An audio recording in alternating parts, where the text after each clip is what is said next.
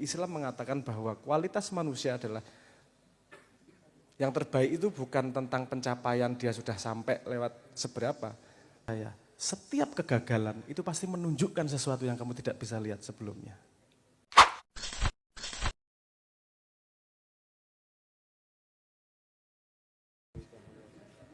Oke. Bismillahirrahmanirrahim. Assalamualaikum warahmatullahi wabarakatuh.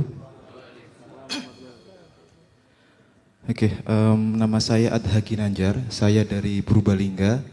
Dan sebelumnya saya sangat bergembira sekali bisa berdialog langsung dengan teman-teman Kiai Kanjeng, terutama Mas Abrang dan jamaah Maya semua. Saya punya satu pertanyaan mungkin untuk Mas Abrang ya. Saya itu dulu pernah belajar di UIN, di Religious Studies gitu. Jadi pernah belajar tentang pemikirannya Rudolf Otto tentang religious experience atau pengalaman keagamaan itu. Mungkin ada korelasinya dengan musik begitu Mas.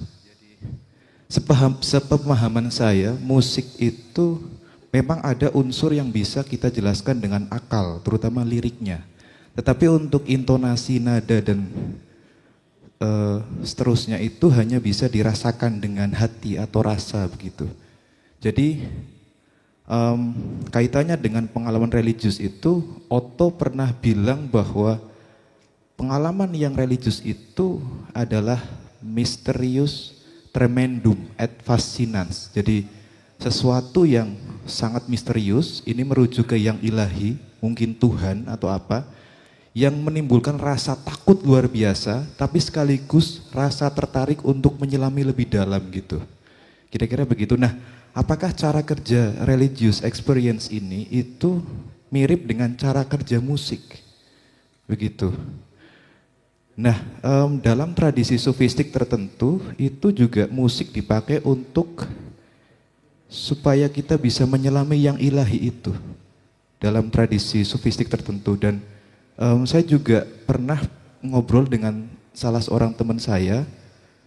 Beliau sedang studi doktoral di UGM itu, jadi beliau seorang Buddhis dan pernah belajar di India selama beberapa bulan. Kemudian setelah pulang ke Indonesia cerita dengan saya bahwa di sana itu ada tradisi tertentu yang untuk supaya kita lebih cepat fokus dalam meditasi itu memakai drugs, memakai narkoba gitu. Jadi, nah saya nggak ngobrol lebih lanjut sih, cuman sepemahaman saya mungkin itu dipakai untuk jalan pintas supaya kita bisa langsung fokus dan menyelami yang ilahi itu. Nah, apakah musik juga mungkin bisa dipakai seperti jalan pintas seperti itu untuk menyelami yang ilahi itu?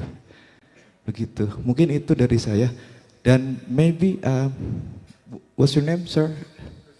Yeah, maybe you can add some experience regarding the music and correlation with spiritual or religion.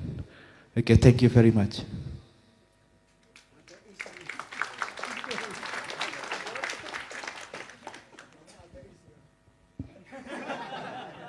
Cek. Assalamualaikum warahmatullahi wabarakatuh. Perkenalkan, nama saya Willy Bestov Yuris. Saya cukup penasaran dengan kaitannya frekuensi dan lain sebagainya musik dengan hal-hal yang sifatnya pengalaman spiritual, Mas. Jadi pertanyaan saya itu dalam proses mendengarkan musik, dalam hal ini ya contohnya gamelan dan lain sebagainya, hal yang paling berimpact kepada tubuh manusia atau mungkin psikologi manusia itu sebenarnya apanya sih? Apakah itu titik frekuensi tertentu atau ketidaksempurnaan atau perbedaan sedikit tuning yang menyebabkan efek binaural tadi, atau proses menuju frekuensi tertentu, atau hal-hal teknis lainnya seperti gema, gaung dan lain sebagainya itu yang paling berimpact itu sebenarnya apa sih kalau ditekniskan itu? Terima kasih.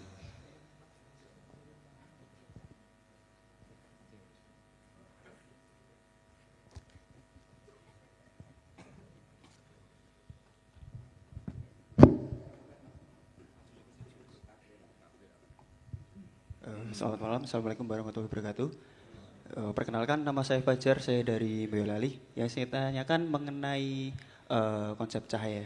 Terkadang dalam hidup kita cahaya itu bisa kita artikan mungkin sebagai hidayah. Nah, bagaimana kalau misal kita menuju ke cahaya itu kita mendapatkan sebuah halangan, entah itu pekerjaan atau kita belajar suatu kebaikan. Bagaimana kita merefleksikan diri bahwa suatu kegagalan itu adalah bentuk atau bahasa Tuhan ke kita sebagai manusia yang kita tadi mempunyai bahasa yang sangat terbatas dengan bagaimana cara Tuhan menyampaikan ke kita bahwa kegagalan itu juga suatu bentuk cahaya. Nah, bagaimana kita sebagai manusia itu bisa mempunyai kesadaran bahwa kegagalan itu juga bentuk lain dari cahaya Tuhan. Mungkin seperti itu saja.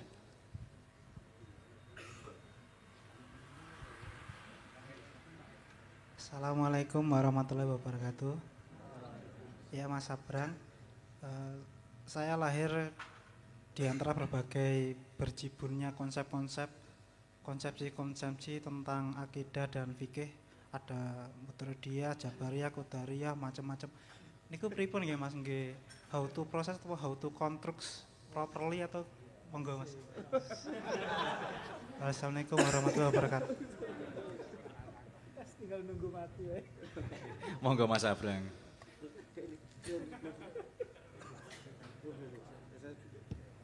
Oke, bismillahirrahmanirrahim. Saya diingatkan, pertama tadi tentang musik, oke. Bimo, apakah musik pengalaman jalan pintas religius? Oke. Saya tentu tidak ngomong kebenaran, saya hanya membagi apa yang saya pahami. Oke. Saya pengen mulai dari bias yang kita miliki karena hidup di peradaban yang sekarang. Di peradaban yang sekarang, itu kita sangat berat leaningnya, sangat berat bobotnya pada kemampuan akal. Sehingga kita merasa kebenaran hanya bisa dicapai dengan akal. Ini enggak ada bahasa Indonesianya, tapi kalau bahasa Inggris itu ada truth, ada right. Itu konsep yang sama sekali berbeda. Truth itu kebenaran yang berdiri sendiri. Right itu kebenaran berdasarkan apa? Benar menurut bapakmu itu right, bukan truth. Kalau truth itu kebenaran yang tidak perlu ada sandarannya. Benar ya benar. Hak itu kebenaran yang tidak ada sandarannya. Karena ya kebenaran Tuhan kan gitu. Nah, problemnya begini. Kita tidak dilatih untuk bisa menangkap truth, kebenaran itu pakai indera yang lain. Kita fahamnya sekarang hanya pakai akal. Padahal dalam diri manusia itu banyak indera yang bisa merasakan kebenaran. Tanpa akal harus paham. Musik adalah amsal yang sangat-sangat bisa kita pelajari. Anda bisa merasakan musik enak dan musik enggak enak. Tanpa harus tahu makna di akal seperti apa. Itu gak enak, gak enak. Kenapa sebabnya? Yo gak enak, kan gitu. Artinya dalam pengalaman hidup, kalau kamu sensitif dengan badanmu, dengan semua indera dalam badanmu, itu pasti ada perasaan. Jangan ditutupi sama akal. Karena ketika kok saya ngerasakan gini ya, berarti akal itu udah. Kita tidak terbiasa dalam pendidikan kita, tidak terbiasa untuk merasakan tanpa harus mengakalkan. Enak itu tidak perlu ada alasan, enak musik itu ya enak, udah selesai. Kan gitu. Paham kebenaran itu ya paham, tanpa harus ada sebabnya apa. Nah, apakah musik salah satu jalan itu? Saya benar salah satu jalan, tapi bukan satu-satunya jalan. Ada banyak jalan yang lain. Pecahan pertama pakai akal sama badan, nanti ada 8 pecahan lagi, ada 16 pecahan lagi dan seterusnya. Dan ini kalau kita bahas pakai akal itu malah tambah distorsi nanti. Tapi artinya kamu kalau ngalamin diri sendiri, man arafa nafsahu. Ini pengalaman, satu-satunya pengalaman hidup yang bisa kamu rasakan kan cuma badanmu sendiri. Dan banyak peralatan yang Tuhan berikan untuk bisa mencapai pemahaman Tuhan itu tadi. Banyak. Dan akal bukanlah satu-satunya. Hanya karena kita di dunia modern sehingga ngerasa kalau tidak diakal nggak bisa. Dan kadang-kadang pengalaman spiritual itu hanya mengalami dan dia akan mengalami distorsi kalau diomongkan pakai mulut. Saya mengalami ada didatangi oleh Nabi, itu sudah cerita akal. Karena kalau udah ngerasain titik. Seperti yang tadi saya cerita, Umar bin Khattab dengerin suara, greng, selesai. Udah, gitu aja. Itu nggak harus pakai akal. Musik itu amsal yang sangat luar biasa untuk kita membuka bahwa ada loh yang dialami oleh fisik tanpa kita paham, tapi kita bisa membedakan mana benar mana salah dengan bahasa lain, mana enak mana enggak. Kayak. Jadi kalau tadi Anda nanyanya tadi metode apa gitu ya? Apa? Apakah musik bisa menjadi jalan pintas? Problemnya begini, kalau Anda tahu jalan pintas, berarti Anda tahu jalan yang tidak pintas. Tidak ada manusia yang tahu perjalanannya seperti apa. Yang menurut Anda pintas, menurut orang lain mungkin tidak pintas. Ini khas ketidaksabaran anak muda zaman sekarang. Pengen cepat tekan, pengen cepat ngalami, pengen cepat. Hidup itu perjalanan untuk menikmati itu semua. Kowe nek ra ngalami jerawat ning raimu, tidak mengalami enaknya garuk raimu. Paham maksud saya ya? Artinya kegelapan itu juga ilusi. Yang enggak ada kegelapan di dunia itu. Mohon maaf nih ngomong ya. Karena yang terjadi ketika gelap itu tidak hadirnya informasi yang kamu pahami. Karena dari spektrum cahaya dari yang paling rendah sampai paling tinggi, yang bisa dilihat pakai mata manusia itu cuma sedikit. Apakah kalau dia tidak ada, artinya yang lain tidak ada? Yang lain ada. Inframerah selalu ada, ultraviolet selalu ada. Tapi sensornya tidak pakai yang ini nih. Ini harus dipakai alat bantu. Mikroskop misalnya. Atau alat-alat untuk melihat frekuensi yang berbeda. Inframerah misalnya kalau kamu pakai remote kan nggak kelihatan merahnya, tapi kalau dilihat pakai kamera HP kan jadi kelihatan merahnya. Ini alat bantu untuk melihat informasi.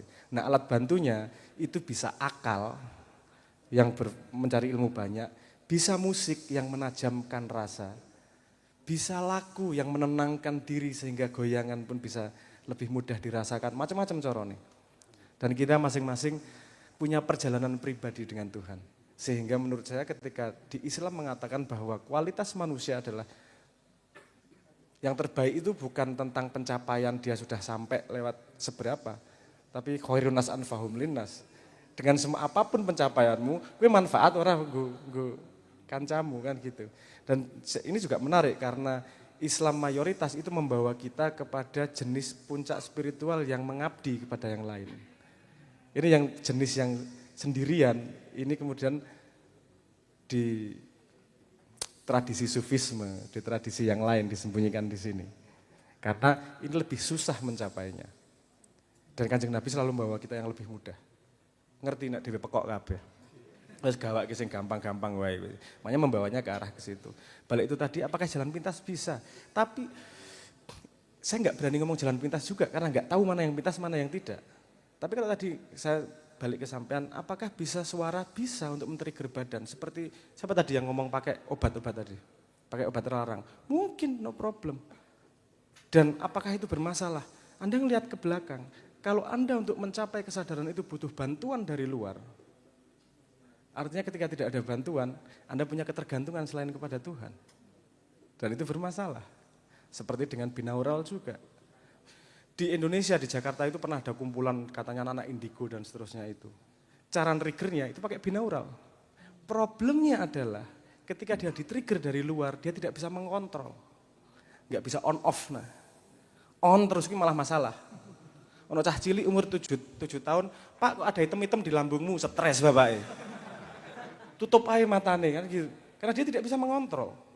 Dan kenapa sih cari skill-skill seperti itu? Kalau nggak dikasih Tuhan, ngapain ngejar ke situ? Karena semua fasilitas kemampuan itu sama dengan tanggung jawab yang harus ditanggung. Urip golek tanggung jawab kok. Angel menuripmu. Nanggung si jiwa setengah mati ya golek skill. Kalau dikasih skill sama Tuhan, dikasih ilmu sama Tuhan nggak bisa menghindar. Mau nggak mau dilakukan tanggung jawab itu. Dan kalau kamu melakukan dengan baik, engko ditambah-tambahi dhewe kok. Enak menurut tanggung jawab sithik, ditambahi mesti. Wis tak kei modal akeh kok kan gitu. Jadi pertanyaan Anda, apakah bisa? Bisa ngefek ke Anda. Pakai obat kayak mau pakai macam-macam corone. Nggo mangan wong mati wae iso. Loh, sorry itu sih.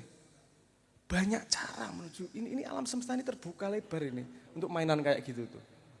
Kalau cuma tujuanmu adalah mencapai kesaktian, kesadaran seperti itu, gue nak pengen punya kesadaran sing rodok goyang kaplok ndasmu nggo truk ngono yo rodok goyang ngene iki mesti ya. Gue tinggal melabeli itu sebagai pengalaman spiritual iki. Antara hidup sama mati yo iya tenan. Tabrak truk kan bisa-bisa aja. Tapi kan kita lihat jangka panjangnya seperti apa kan lho. Maksudnya ayo wise. Melihatnya secara holistik gitu. Kalau jenengan tadi ngomong sudah terjawab ya tadi? Belum? Yang paling berimpact dalam tubuh. Enggak ada satu yang paling berimpact dalam tubuh. Kenapa? Karena setiap manusia diciptakan unik. Diciptakan berbeda. Mereka punya perjalanan pribadi dengan Tuhannya. Sesama siswa tidak bisa mengisi rapot teman. Kita sama-sama siswa. Mana yang efektif? Buat temanmu efektif, buat kamu belum tentu efektif. Buat kamu tidak efektif, belum tentu buat yang lain tidak efektif. Bisa jadi efektif buat dia. Oke, tapi saya menangkap kerinduan pengen nyampe ke situ. Itu yang perlu dijaga. Jangan lupa bahwa mencapai ke situ, itu bukan urusan sampainya. Karena sampai tanpa pantas, itu juga lebih berbahaya. Mending yang angkat Tuhan daripada kamu ngotot minta diangkat. Karena nanti kamu nggak bisa membedakan siapa yang angkat juga. Bahaya loh itu, aku ngomong ini ada buntutnya ini. Tentang naik makom dan seterusnya itu tadi, cepat sampai itu tadi. Wes toh. Jadikan itu kerinduanmu. Ngomong karo Gusti Allah, neng Islam sudah jelas. Tunjukkan jalan yang benar. Itu wis rumus mengerikan itu. Karena kita tidak menuntut, itu doa tanpa efek samping. Itu mengejar tanpa efek samping. Gini ki, cara jalan motor crossan gini nih. Pakai telinga, pakai apa? Efektif, tapi ada efek samping, selalu kayak gitu tuh. Kanjeng Nabi ki nyeneng ke. Jadi nek ngajari sing efek sampingnya paling sedikit. Hampir tidak ada efek samping. Karena Tuhan juga tidak mewajibkan kita sampai. Mau sampai mana juga. Oke, kan jawab tadi, apakah mana yang paling kuat? Man arafa nafsahu. Kalau kamu merindukan pengen pengetahuan itu, Tuhan mana yang paling efektif untuk diriku? Rindukan seenggaknya sampai setahun. Insya Allah Gusti Allah mesti ngei. Pasti. Ya, aku rawani karo Gusti Allah masteni yo. Tapi sak ngertiku hukumnya kayak gitu we. Itu wis hukumnya Gusti Allah. Kalau kamu merindukan. Kenapa saya milih kata merindukan? Ini ada bedanya kosakatanya. Menginginkan, merindukan itu beda. Kalau merindukan itu ada selalu di belakang kepalamu setiap saat. Seperti kamu rindu sama seseorang. Itu mungkin kamu sedang melakukan apa, tidak ingat. Tapi di belakang kepala tuh rindu terus. Seperti kamu pengen sesuatu. Itu mungkin kamu sedang melakukan apa, tapi rindu terus. Itu akan keluar informasi yang dibutuhkan untuk kamu mencapai kerinduanmu tersebut. Ini mbuh, saka buku ngendi yo aku. Yo nyun sewu. Tadi bukune sejarah nasabku ki lewat DNA. Dadi ora perlu maca ning jaba. Kari maca ning jero oh ngene. Sorry yo. Sorry. Nyun sewu, saya tadi yang Masnya tadi? Oh. Gini. Apa sih cahaya? Cahaya itu membuat kita melihat sesuatu yang tidak bisa dilihat. Intinya kan gitu, kalau amsalnya. Pertanyaan saya, setiap kegagalan itu pasti menunjukkan sesuatu yang kamu tidak bisa lihat sebelumnya. Menunjukkan kealpaanmu, kekuranganmu, ketidakrajinanmu. Setelah dilihat, dihandle, diatasi. Semua kegagalan dan gampang lah inilah. Yang membuat kamu mencari hikmah itu selalu kegagalan kok. Gagal kita cari hikmahnya. Nek berhasil metu ra kalimat gue. Ora. Nek berhasil bukan lali mencari hikmahnya. Artinya pasti itu cahaya. Paling enak sebenarnya. Setiap saat tidak berhasil, tidak gagal, keadaan apapun, ada sesuatu lagi yang terbuka, artinya ada cahaya yang muncul. Kamu tinggal membuka mata, setiap pengalaman apa yang baru ya, apa yang saya alami ya, saya belajar apa ya. Artinya kamu menggunakan cahaya untuk melihat yang tadinya tidak bisa dilihat. Make sense ya? Semua kegagalan adalah cahaya. Kalau kamu cuman mendapatkan gagal tok tanpa melihat apa, artinya kudu melek gue. Ini ngopo iki sih, kok ngopo gagal? Cari sebabnya, kenapa? Ada kualitas dalam diriku yang membuat gagal apa ya? Aku terlalu bernafsu, aku terlalu banyak omong, aku kurang ngomong, aku kurang skillku dalam presentasi, aku kurang skillku dalam apa? Itu pelajaran buat kita untuk mencahayai yang kurang dan agar kita berbuat sesuatu terhadapnya. Gitu. Mas Arbi, aduh ya Allah, angel lagi. Gimana membalansnya? Satoriyah, Jabariyah, Ma'iyah, segala macam itu wakeh banget teori seperti itu. Terus gimana bisa membawanya untuk hidup? Ini mindset kebenaran. Gini, semua yang di luar itu tidak menyampaikan kebenaran. Mohon maaf ya ini. Oke. Semua yang di luar itu men-trigger kebenaran yang sudah kamu pahami. Karena tidak mungkin kamu hidup di dunia tanpa modal pemahaman. Cuman belum naik ke akal. Apakah kamu pernah mendapatkan pencerahan dari kalimat orang yang lewat? Atau dari TikTok yang lewat? Kadang-kadang tercerahkan. Artinya apa? Kamu mengingat sebuah kebenaran yang tadinya belum diingat. Jabariyah, Satoriyah, Ma'iyah dan seterusnya. Anggap itu sebagai katalis. Kalau saya dengar ini, saya ingat apa tentang kebenaran? Apa yang saya rasakan dalam badan saya? Ada pasti pernah ngalami. Dengar satu kalimat orang terus ngefek. Nggak tahu kenapa ngefek nih. Itu kan sensormu sedang mengingat sebuah kebenaran, mencoba mengingat sebuah kebenaran yang kamu pahami, yang ditanam dalam dirimu. Cuman belum naik di akal. Badannya udah ada getaran sendiri sehingga badannya bereaksi. Berikutnya adalah kenapa? Sehingga aku bisa mereplikasi dan mengingatnya. Urusannya aku baik. Artinya menurut saya Jabariyah dan segala macam itu pasti mengandung kebenaran. Cuman mana yang benar? Coba diresonansikan dengan dirimu.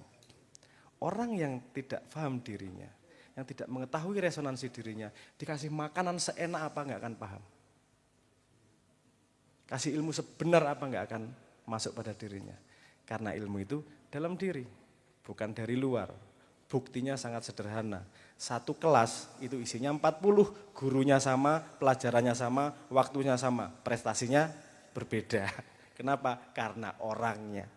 Ilmu bukan di luar, ilmu dalam diri, siapa yang mau ngambil. Semoga Anda bisa merasakan resonansi dalam diri Anda dan Tuhan membelai Anda dan kita semua. Amin ya rabbal alamin.